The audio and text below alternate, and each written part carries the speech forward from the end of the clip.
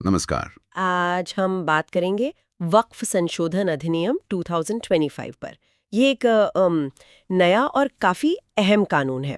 इसे 5 अप्रैल 2025 को राष्ट्रपति की मंजूरी मिली है। जी हाँ। और ये इसलिए भी महत्वपूर्ण है क्योंकि ये जो 1995 का वक्फ एक्ट था ना, उसमें बदलाव लाता है। अच्छा। तो इसका सीधा असर पड़ेगा वक्फ संपत्तियों के मैनेजमेंट पर। बिल्कुल। और ये वक्फ संपत्ति मतलब वो प्रॉपर्टीज जो धार्मिक या चैरिटेबल कामों के लिए दान दी गई है ना। हाँ, वही। तो इस नए कानून का मकसद है कि इनके एडमिनिस्ट्रेशन में मतलब इनके प्रबंधन में पारदर्शिता आए, जवाबदेही बढ़े और काम बेहतर हो, एफिशिएंसी। तो चलिए इस पर थोड़ी और गहराई से बात करते हैं। सही कहा। पारदर्शिता और जवाबदेही, देखिए इनकी जरूरत तो काफी समय से महसूस की जा रही थी, खासकर जब हम इन प्रॉपर्टीज की संख्या देखते हैं। हाँ, कितनी है ये? भारत में वक्फ बोर्ड्स करीब, आप अंदाजा लगाइए, 8,70,000 प्रॉपर्टीज की देखरेख करते हैं। 8,70,000? ये तो बहुत ही ज्यादा है। जी हाँ, बहुत बड़ी संख्या है। और इतने बड़े स्केल पर मैनेजमेंट करना वो अपने आप में एक बहुत बड़ा चैलेंज है। बिल्कुल। तो फिर ये जो नया कानून है, ये इस चैलेंज से मतलब कैसे निपटेगा 1995 वाले कानून से? इसमें क्या अलग है जो ट्रांसपेरेंसी और एफिशिएंसी लाएगा? कुछ अंदाजा है? देखिए, कानून की पूरी डिटेल्स तो अभी सामने नहीं है, लेकिन जो इसके घोषित उद्देश्य हैं, उनसे लगता है कि शायद ऑडिटिंग के नियम वो थोड़े सख्त किए गए हों। अच्छा। या फिर हो सकता है कि प्रॉपर्टीज के रिकॉर्ड को डिजिटल करने पर जोर दिया गया हो। और ये भी मुमकिन है कि वक्फ बोर्ड की जो जिम्मेदारियां हैं, उन्हें और साफ तौर पर बताया गया हो, ताकि अकाउंटेबिलिटी तय करना आसान हो। हम्म। इन सब पर काफी सोचा विचारा गया होगा, क्योंकि इस बिल को एक जॉइंट कमिटी ने भी जांचा था, जिसके चेयरमैन सांसद जगदम्बिका पाल थे।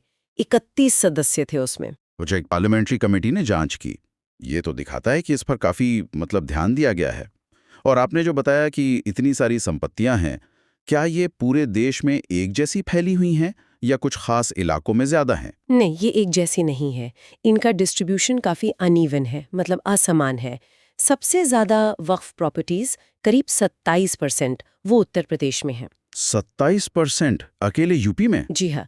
उसके बाद फिर पश्चिम बंगाल और पंजाब का नंबर आता है। दोनों राज्यों में लगभग 9% के करीब है। तो जाहिर है इस नए कानून का असर इन राज्यों में यूपी, बंगाल, पंजाब में सबसे ज्यादा महसूस होगा। बिल्कुल।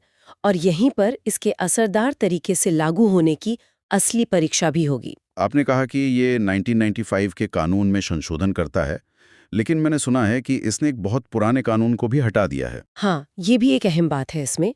इस नए एक्ट ने मुसलमान वक्फ अधिनियम 1923 को रिपील कर दिया है, मतलब निरस्त कर दिया है। 1923 वाला? वो तो करीब 100 साल पुराना हो गया। जी बिल्कुल।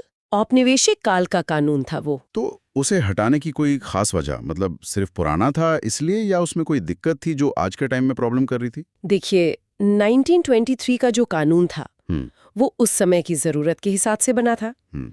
उसमें शायद आज के हिसाब से जो ट्रांसपेरेंसी या एफिशिएंट मैनेजमेंट के लिए जो मजबूत प्रावधान चाहिए, वो उतने नहीं थे। अच्छा। तो उसे हटाकर जो मौजूदा 1995 का एक्ट है, उसी को और मजबूत करना, ये एक तरह से लीगल फ्रेमवर्क को कंसोलिडेट करने जैसा है।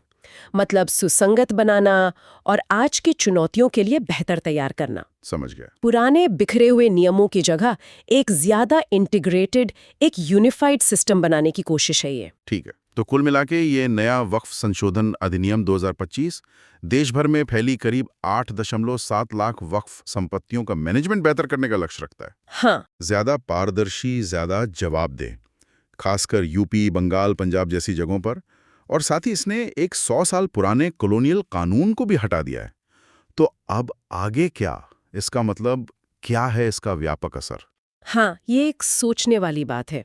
देखिए, ये सिर्फ वक्फ प्रॉपर्टीज के मैनेजमेंट तक ही सीमित नहीं है शायद। हम्म। इसमें जो पारदर्शिता और दक्षता पर जोर है ना, वो बहुत अहम है।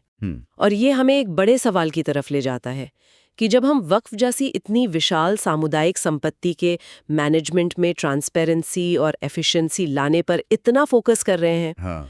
तो क्या इसका असर, या क्या ये मॉडल भारत में दूसरी जो बड़ी पब्लिक या कम्युनिटी एसेट्स हैं, उनके मैनेजमेंट पर भी पड़ सकता है? उनके लिए इसके क्या मायने हो सकते हैं? ये एक विचार करने लायक नुक्ता है मेरे ख्याल से।